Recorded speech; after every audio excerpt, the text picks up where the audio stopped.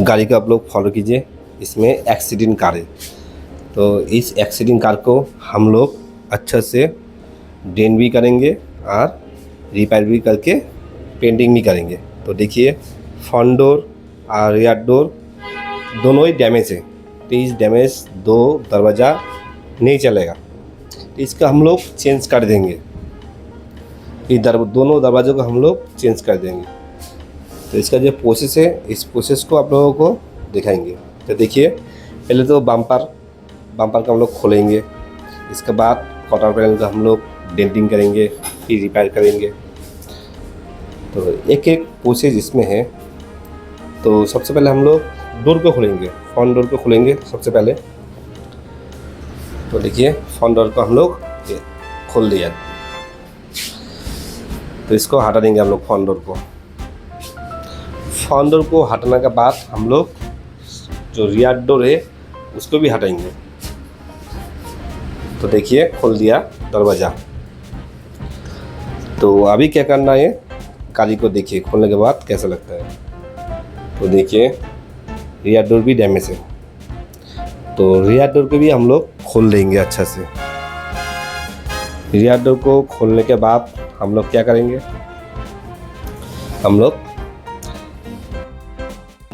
दो नया दरवाज़ा लेंगे।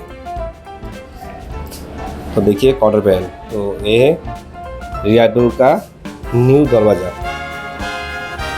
तो देखिए न्यू दरवाज़ा, तो इसका हम लोग फिटिंग करेंगे। तो देख लीजिए अच्छे से नया दरवाज़ा है, तो इसका हम लोग फिटिंग करेंगे।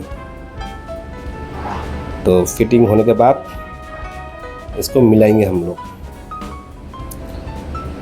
तो देखिए तो कार का जो काम होता है ना, एकदम रिफिनिश से काम करता है हम लोग।